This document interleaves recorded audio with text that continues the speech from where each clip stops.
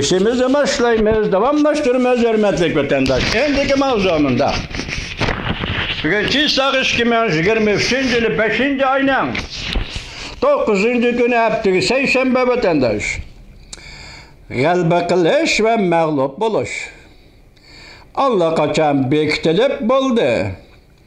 Prezident Vladimir Putin'e hiç kandak fırsat kalmadı. Mavzulu haber 5. ayının 8. günü Venvet orbiti ilan kılındı haber. Bunda başlandı.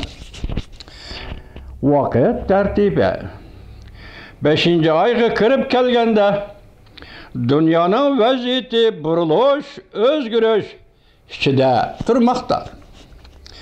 Erkinlik bilen müstebitizm doyulgu çıktı. Yakın arada kanat yaydırıldı. Cungo'da zoravan hakimiyetinin baş götürüşü, Ukrayna-Rusya uruşunun partlışı, kirzes, peyda kılıp, 2. Dünya uruşudan biri, bir prinsipini asas kılgan dünya tertibini ahırlaştırışka urungan bolsu mu? Dünyadaki 5 kızık nokta asta doğru yolga kayıtıp kelgendin keyin erkinlikning müstebitizmning üstüden g'alaba qilishi ro'shanlashdi. Ukraynaning qaytarma hujumli emas, balki eng oxirgi hal qilg'och bir jangda.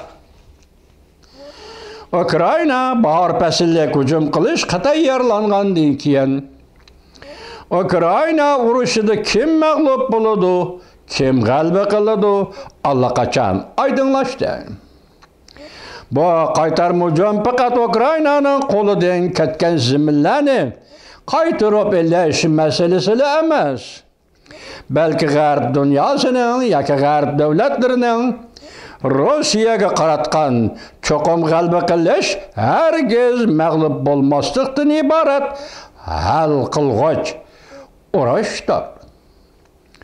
Qisqasi urush uzun davomlashsa, ziyon zahmat ko'p bo'ladigan ahvol ostida g'arb dunyosi kuchini to'plab bu urushni darhol oxirlashtirishi kerak.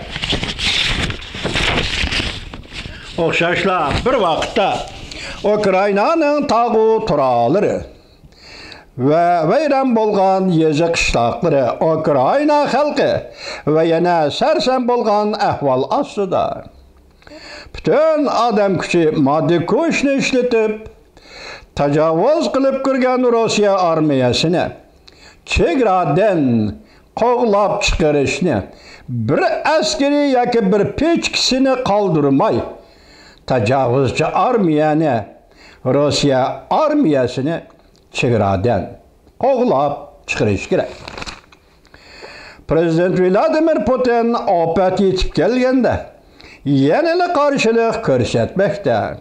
O 5. ayning 9. kuni harbiy paradni avval qilib o'tkazmoqchi bo'lyapti. Bugun shunday o'tkazdi harbiy paradni. Bu faqat o'zini xo'sh qilish uchundir. Rossiya Ukrayna urushi burilish nuqtasiga kirib keldi. Bahor fasli qaytarma hujumni boshlashdan burun Ukrayna prezidenti Zelenskiy Sotkolligini ziyorat qildi. 3 xil maqsadni ko'zda tutdi.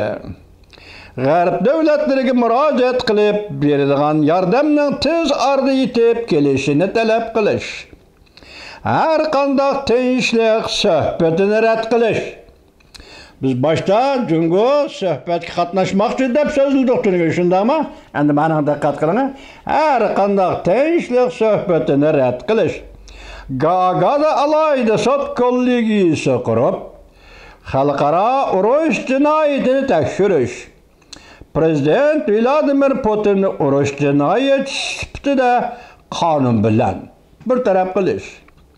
Qisqasi prezident Ukrayna prezidenti Zelenskiy eng oxirgi qaytarma hujumga to'liq tayyorlik qildi. Jungo kompartiyasining atalmish Rossiya Ukrayna urushini siyosiy yo'l bilan hal qilish deydigan safsatalariga qattiq zarba berdi. En ahire Vladimir Putinni sotlashga tayyorlik qildi.